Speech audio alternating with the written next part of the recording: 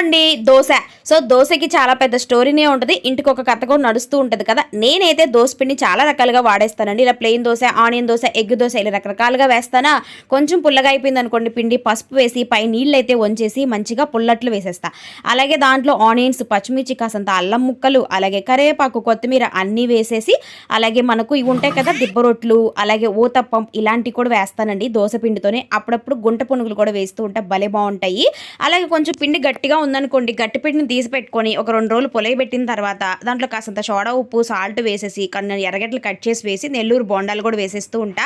బాగా బోర్ కొడితే ఇలా క్యారెట్ దోస ఇలా రకరకాల దోసలు అయితే వేస్తూ ఉంటా. మీకు ఎలాంటి దోస అనేది ఇష్టం అనేది కామెంట్ చేయడం మర్చిపోవద్దు. నాకు తెలిసి మోస్ట్ ఫేవరెట్ చాలా మందికి ఆనియన్ దోస, ఎగ్ దోస ఉండుండొచ్చు.